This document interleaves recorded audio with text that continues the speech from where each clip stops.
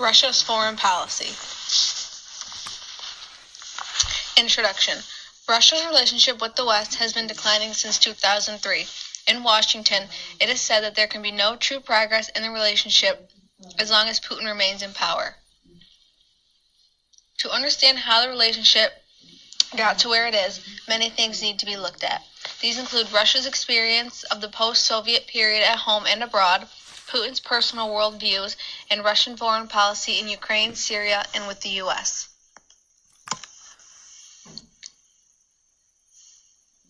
The 1900s, a crucible for Russia and the West. Russia's first post-Soviet president, Yeltsin, declared that communism was dead.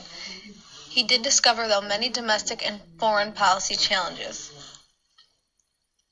These included the economic consequences of the collapse of the Soviet economy, the presence of 25 million ethnic Russians residing outside the confines of Russia, and the outbreak of ethnic tensions and conflicts throughout Russia's historical borderlands. Russia had to find a way to balance two contradictory foreign policies. It needed to establish the best possible relations with the U.S. and U.S. allies, but it also needed to secure its varied and pressing interests along its border regions. The U.S. supported Yeltsin and saw him as the only way to avoid returning to communism. The U.S. and Russian relationship was still troubled. NATO's bombing of Yugoslavia triggered an anti-American view in Moscow. This bombing had violated every assurance that had been given to Russia by U.S. leaders about the consequences of NATO expansion. Russian assumptions on foreign policy. Current Russian foreign policy has been set before Putin came to power. Some of these policies include Russia can only be seen as an international power based on sufficient economic and military power, not on the basis of alleged common values and interests with the Western world. Russia today cannot be a global superpower in the manner of the Soviet Union. It needs to be wary of bankrupting itself through a tit-for-tat competition with Washington and its allies. Natural resources will remain the foundation of Russia's domestic and foreign policies. Also, Russia wants profitable relations with the West and dominance in Central Eurasia. If it has to pick, though, it will choose Central Eurasia over the West.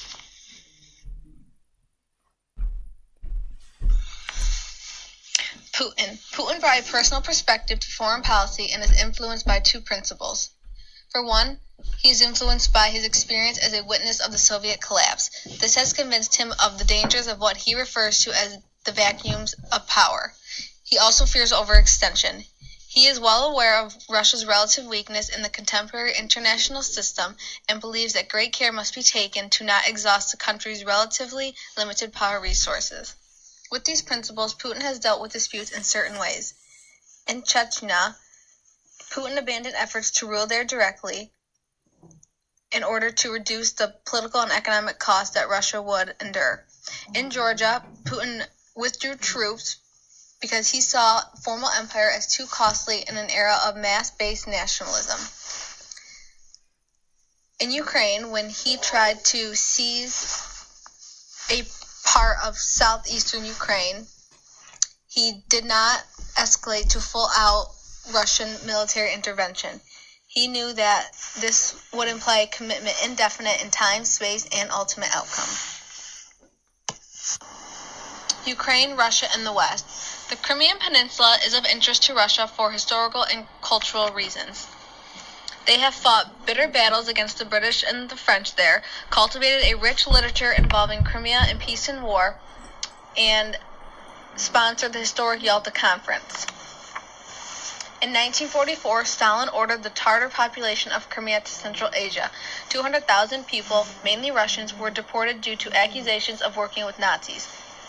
Crimea was transferred from a Russian to a Ukrainian jurisdiction. These events help explain the involvement of Crimean in Russian politics, but it does not explain why Russian authorities waited 22 years to accomplish the deed. For that, the interactions among Russia, Ukraine, and the West need to be looked at. Putin and Ukraine. Many believe that Ukraine should not be independent of Russia. Russian leaders have behaved as if Ukraine were a province of Russia instead of a sovereign state. There was a massive Russian economic and political intervention in the 2004 Ukrainian presidential election. Twice, Russian authorities cut off the supply of natural gas to Ukraine in the dead of winter, and in the summer of 2013, Russia, which is Ukraine's largest export market, imposed an embargo on the importation of many Ukrainian products. Yanukovych, Ukraine's president, had to choose between Russia and the West. In the end, he chose Russia by accepting $15 billion in short-term Russian credits and a 30% discount for Russian deliveries of natural gas. Widespread protests broke out in Ukraine due to this decision. Putin tried to annex Ukraine again because he feared that sudden collapse of the Yanukovych government would bring to power a radically anti-Russian government committed to ushering Ukraine into NATO. Since 2014, Crimea has been absorbed into Russia. As long as Russia wants to, they will make sure Ukraine stays unstable and not available for NATO membership. Russian policy in Syria. Since 2011, Syria has been involved in a civil war. Russia and the U.S. have continuously opposed each other on every aspect of this issue. Russia has vetoed every UNSC resolution proposed by Washington and its allies aimed at holding Syrian dictator Bashar al-Assad to account for the atrocities inflicted by his army on the civilian population. In 2015, Russia intervened directly in the conflict to save the Assad regime from immediate collapse. There has been ongoing military intervention from Russia and the U.S. Russia has successfully defended Assad's government and enabled it to recapture lost ground. U.S. policy, though, has been limited to crisis avoidance in the crowded skies over Syria, where both countries have been conducting the separate air wars. In the end, Putin has secured Russia as the head seat for negotiations with Syria.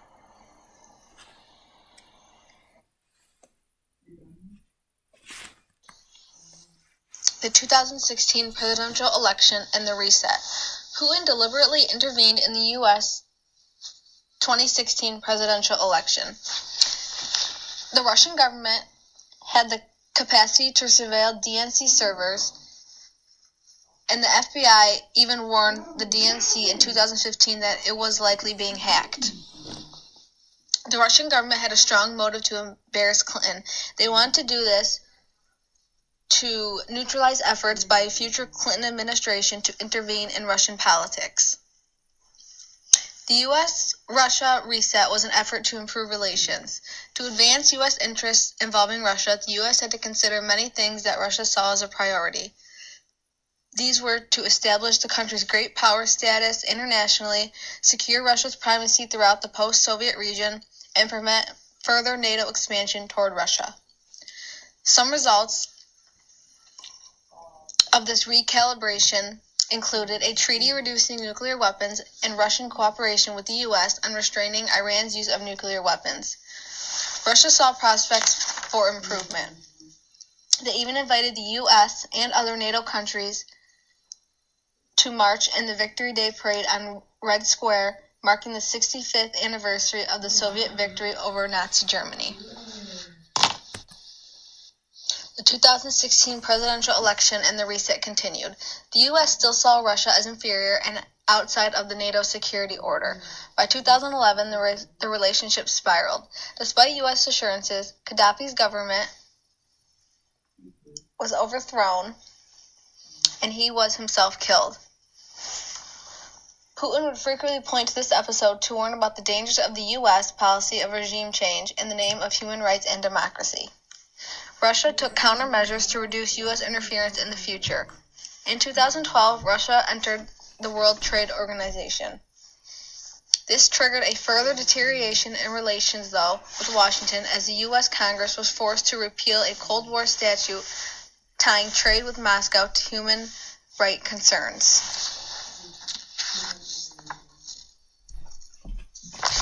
In 2013, the country's relation turned to ruins. Putin's refusal to extradite U.S. defector Edward Snowden reflected his belief that there was simply nothing to hope for in the relationship. Trump's presidential victory has all but eliminated chances for a new reset. U.S. policy options. The reset efforts had failed.